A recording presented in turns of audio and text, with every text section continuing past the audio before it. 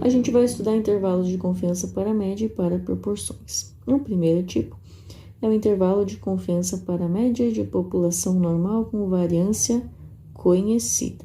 Bom, estamos falando de variâncias conhecidas, então o procedimento para construção do intervalo é retirar uma amostra de N elementos, depois calcular a média dessa amostra, depois calcular o desvio padrão da média amostral.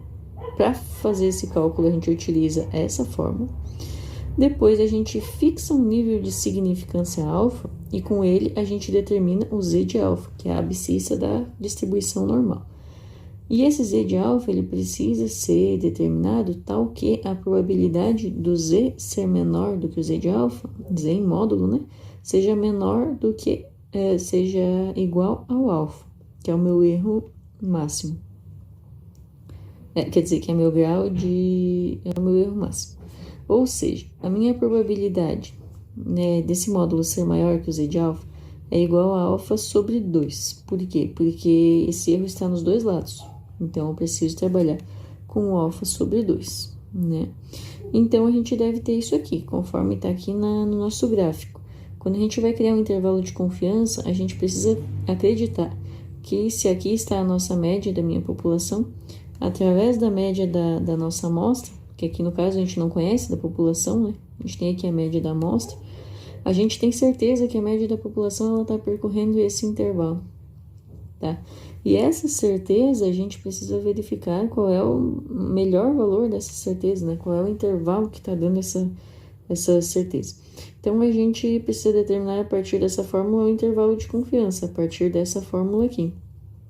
Então, como o nosso z vai ser igual a x barra menos o mi de x barra dividido pelo sigma de x barra, isso aqui porque a gente está trabalhando com uma amostra. Antes a gente utilizava ali a média e o desvio padrão da população, mas a gente não conhece ele, né? Se a gente conhecer o desvio padrão da nossa população, melhor ainda, né? Tá. A gente sempre tem a ideia de que a nossa média, a média da nossa amostra, ela tende a ser igual ou muito parecida com a média da população. Então, a gente admite esse valor como verdadeiro. Então, aqui onde a gente estava trabalhando com z, a gente substitui aquela expressão ali, tá? Portanto, a gente fica com essa expressão aqui, porque já que esse módulo é menor que esse valor com essa certeza, então o mi ele precisa estar entre esses dois valores. Essa aqui é a fórmula do intervalo de confiança para médias de populações normais com variâncias conhecidas. Então, assim, vou fazer exemplos, né? De uma população normal X com variância igual a 9, retiramos uma amostra de 25 observações. Então, N é 25, a variância é 9, obtendo que o somatório de xi é 152. Bom, se o somatório de xi é 152, a média é 152 dividido por N, né? Por 25, dá aquele resultado. Aí pede para determinar um intervalo de confiança de limites de 90%. Bom, se é 90%, vem aquela ideia, né? É 90%, então perde 5 aqui e 5 aqui. E eu quero essa parte aqui do meio. Então, esse valor aqui vai ser o 0,95. E é esse valor que eu tenho que procurar lá na tabela. Que aqui tá que é 1,64.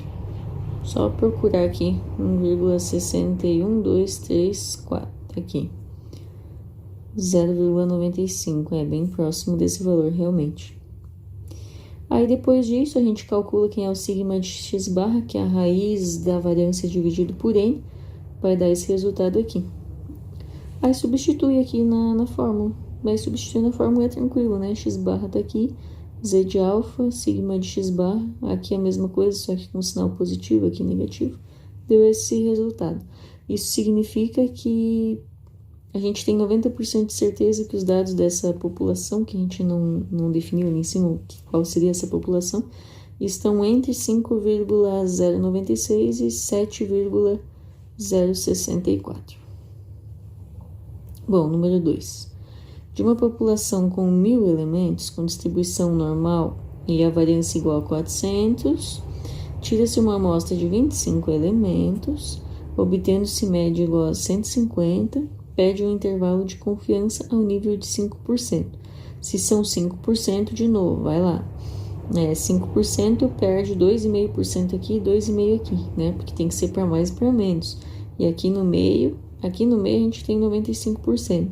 Mas esse valorzinho aqui, então vai ser tira 2,5%, 97,5%. E você vai ter que procurar lá na tabela o Z de 0,975. O Z de 0,975 está onde? 1,90.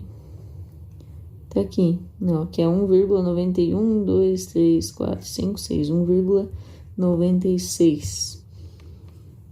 E realmente era o que estava aqui, né? Bom, extraído todos os dados, temos que calcular o sigma de x bar, que vai ser a variância dividido por n, vai dar 4. Depois é só substituir aqui na fórmula do intervalo de confiança. Então a gente tem certeza que os nossos valores eles variam entre 142,16 e 157,84, o valor da média populacional. Agora vamos ver intervalo de confiança para proporções. Então, para construirmos um intervalo de confiança para proporção desconhecida, nós determinamos um P0 na amostra. E daí nós consideramos que o sigma de P ele vai ser igual ao P0 vezes o Q0 da amostra dividido por N, tá? Sendo, então, o valor de Z dado por essa fórmula e o intervalo de confiança dado assim. Vamos ver dois exemplos para ficar mais claro. Nós retiramos uma população de cerca de 100 elementos e encontramos 20 sucessos. Então, minha probabilidade de sucesso aqui, né, 20 sobre 100, que é 0,2, meu fracasso é 0,8. Ao nível de 1%, eu quero construir um intervalo de confiança para essa população, o N100, né? Bom, se é 1%, de novo, né, vai lá 0,5 de um lado da curva e 0,5 do outro. Então, eu vou procurar o Z de 0,995, que é 2,97. Feito isso, é só substituir aqui no sigma de P, vai dar P0 vezes Q0 dividido por N, vai dar esse resultado.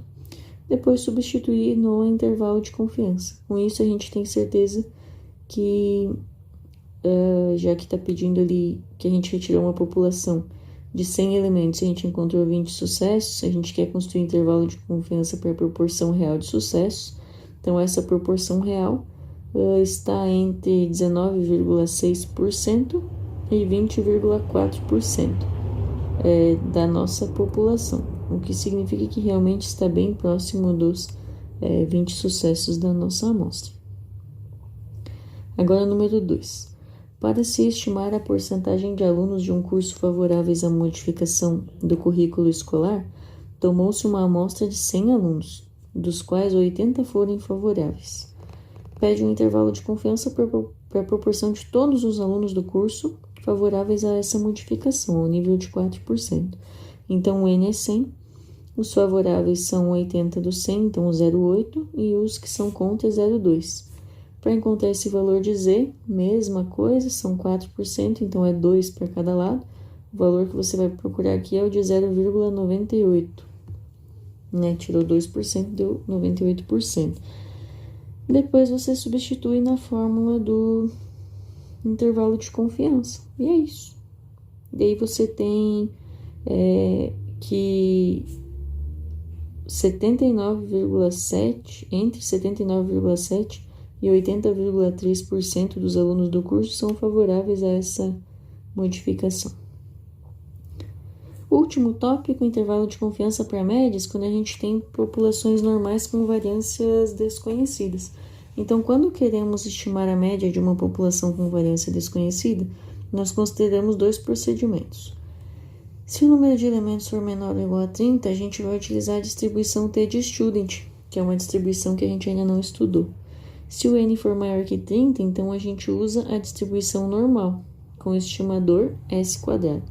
Então, primeiro a gente vai ver o segundo procedimento, né? Que seria procurar o estimador e utilizar a distribuição normal. Então, calculamos na amostra suficientemente grande a média e o S², a fórmula do S², essa aqui é a variância, né? A gente viu essa fórmula já só um pouquinho diferente, mas lembrando que esse n-1 aqui embaixo é por tratar-se de uma amostra. Como a amostra é grande, é maior que 30, então esse s quadrado ele se aproxima do sigma ao quadrado. E o sigma de x barra, ele vai se aproximar muito do s de x barra, que é o raiz de s quadrado sobre n. E essa fórmula aqui vai ser a nossa fórmula do intervalo de confiança. Se o número de elementos da amostra não for suficientemente grande, a gente usa a distribuição T de Student. E o intervalo de confiança é dado assim. A única coisa que muda é que aqui, ao invés da gente trabalhar com o valor de Z, a gente trabalha com o valor de T. Tá? Então, o T é a abscissa da distribuição T de Student com φ graus de liberdade.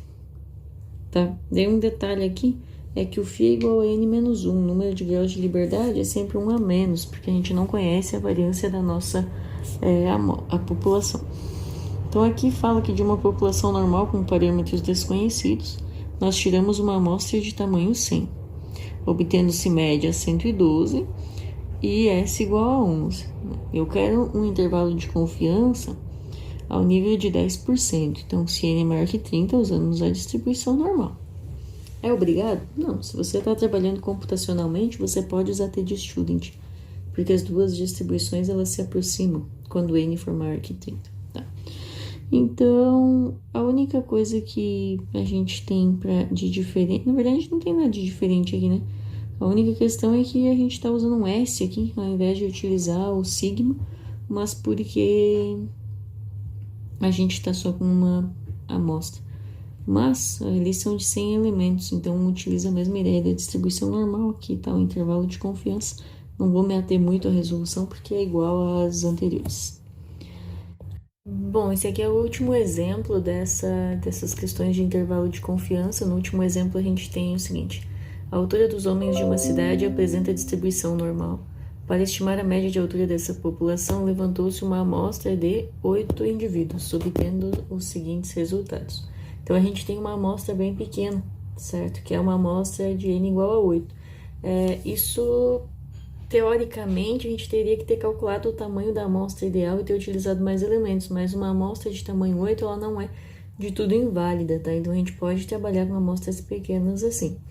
Aí, ali embaixo diz assim: ao nível de 10%, determinar o intervalo de confiança para a altura dos homens da cidade. Então, como n é menor que 30, nós vamos ter que utilizar a distribuição T de Student. A gente não tem opção de fazer aproximação pela distribuição normal. Para utilizar a distribuição T de Student, ela é uma distribuição relacionada à distribuição normal, só que a gente trabalha com ela quando a gente tem apenas amostras e com um número de elementos muito pequenos, menores do que 30, né? Então, eu vou precisar, ao invés do valor de Z de alfa, eu preciso do T de φ alfa, que ali já está o valor, T de 7 e 0,05. Por que 7? Porque meu φ é o número de graus de liberdade. E, nesse caso, o número de graus de liberdade sempre é o número de elementos menos 1, porque a gente perdeu um grau de liberdade por não conhecer a variância dessa nossa população. Então, eu trabalhei ali com φ igual a 7. E o alfa é 5%, porque eu quero um intervalo de confiança de 10%. Já que eu quero um intervalo de confiança de 10%, eu tenho uma curva assim, e aqui eu preciso ter 5% de erro, né? Então, o que eu vou olhar lá é o T de 7 e 0,5. Então, só vou mostrar para vocês aqui como é que a gente olha. Na distribuição T de Student, ela é um pouquinho diferente. Aqui desse lado a gente tem os graus de liberdade e aqui em cima as porcentagens. Essas porcentagens aqui são as porcentagens do cantinho da curva. Então, são os percentuais desse cantinho aqui, o contrário da distribuição normal. Então, em vez da gente olhar 95%, como a gente faria na normal, a gente vai olhar o 0,05. Vendo aqui do 7 e do 0,05, tá ali o valor, ó, 2,365. E esse é o valor que a gente vai utilizar lá, então. Voltando lá. Então, por isso que aqui a gente tá com 2,365. Bom, para a gente poder saber o valor da média e da variância, a gente precisa calcular isso. Então, aqui embaixo tem cálculos auxiliares, tá? Cálculos auxiliares da questão 2. Aqui, Para calcular a média, a gente faz o somatório de todos os elementos, divide por n, encontramos esse resultado exato. Tá? Depois a gente vai calcular a variância. Para calcular a variância, a gente usa essa fórmula aqui, notando que aqui a gente tem um n-1, né? Por estar trabalhando com uma amostra. Bom, daí substituir os dados, calculando, dá esse resultado aproximadamente. Lá em cima eu vou fazer vários cálculos baseados nele, então o ideal é que eu conseguisse guardar esse valor, né? Porque eu conseguisse guardar todas as casas decimais, então eu guardei. Não anotei todas aqui, mas guardei todas, tá? Então volta lá em cima, a gente tem o valor da média, a gente tem o valor da variância.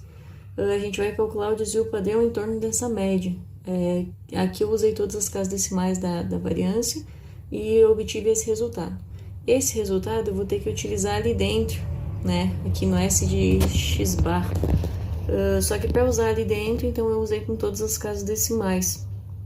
Eu guardei esses dados com todas as casas decimais. Então essa é a ideia, substituir esses dados que já estão aqui nessa expressão. Só fazendo a substituição a gente encontra esse resultado. Arredondei só ali na última linha, tá? Então, com base na amostra que a gente tirou, a gente tem 90% de certeza que a média de altura dos homens dessa cidade está entre 1,6057 metros e 2,0195. Isso é um pouco óbvio, né? A média de altura está entre esses dois valores porque deu um valor muito distante um do outro, né? Só que isso acontece por quê? Porque eu tomei uma amostra muito pequena. Então a gente já sabe que quando a gente for fazer uma pesquisa, o ideal é a gente trabalhar com amostras maiores para que isso não ocorra, certo? Para que a gente tenha um intervalo de confiança aqui mais preciso. Se a gente utilizasse um 99% aqui, esse intervalo de confiança teria valores mais distantes ainda, porque a gente teria que ter certeza que os dados estão entre os dois. Com uma amostra tão pequena, é um pouco difícil definir isso.